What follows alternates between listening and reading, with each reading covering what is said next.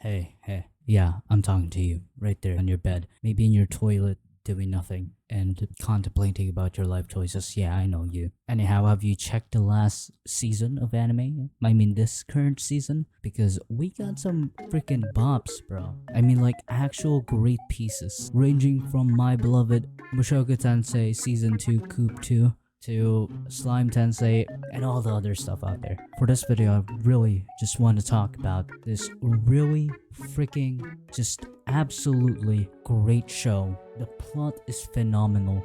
The characters are so well developed. Animation just so good as well. I first knew Seven Prince was gonna be a banger, but I didn't expect this to be a banger as well. Of course, I'm talking about GoGo Loser Ranger, an anime about Power Rangers but different.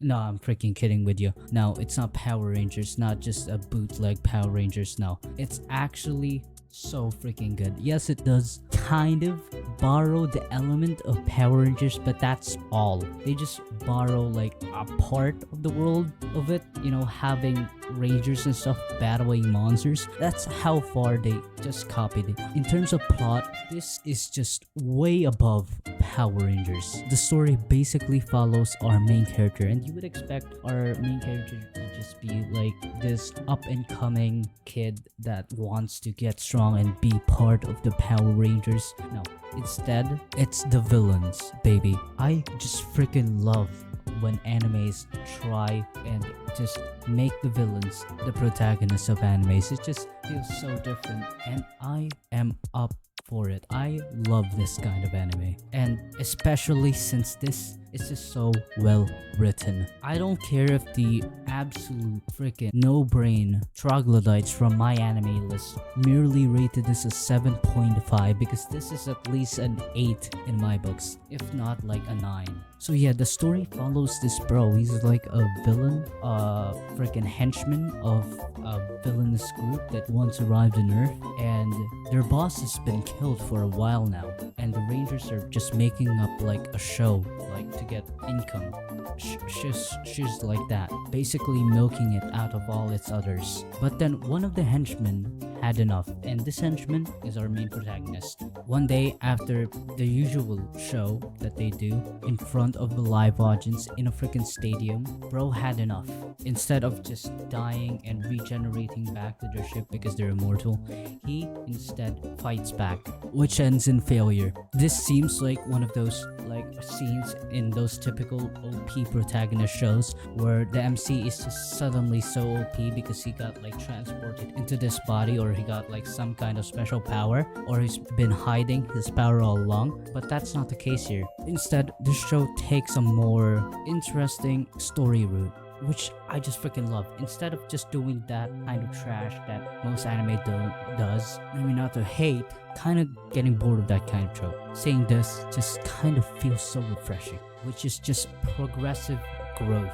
And so bro freaking regenerates somewhere else, not the mothership, and then his friends kind of like held hostage, saying, "We'll kill you if you do this again." And so in turn, my bro, the MC, goes on a scavenge hunt, trying to find any way of defeating these rangers that are holding his friend hostage in that mothership. And there he meets a whole bunch of people, and that's where the story basically progresses. He tries to find ways to free his friends, or his fellow boss henchmen as he called it, from like the Power Rangers that are holding them hostage. And surprisingly, the great writing of the story plot doesn't end there. Instead of just like progressing through a straight line, you know, one day gets more powerful, defeats more of these guys, bam bam bam bam. No, instead turning points happen. You know, like in Mushoku Tensei, that is what happens, which I just freaking love, and I hope more shows, more stories try to adapt, because I love when a story that seems like it's gonna follow a progressive path suddenly comes to a freaking turning point that just changes the whole story flow of that story. For example, there's like a scene in the show where RMC is kind of getting held hostage almost held hostage by a best girl.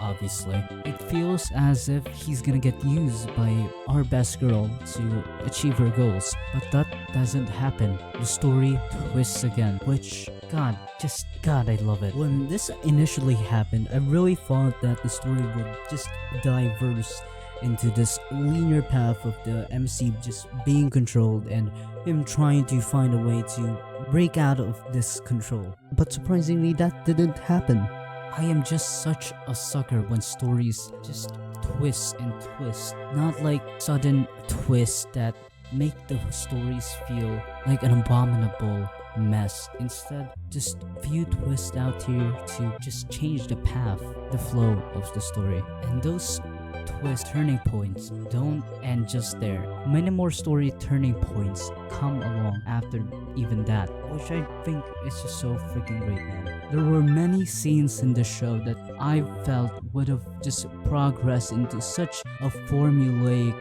kind of story, but instead they took the different route every time. They twisted the stories, which just makes this almost simple story, could have been a simple story, into something so much more. Instead of progressing into a single line, they chose to branch into different lines, which I've said just so many times over this video, but I just can't get over how much I love that kind of story writing. Anyhow, the anime is called GoGo Loser Ranger. If you want to watch it, maybe check it out.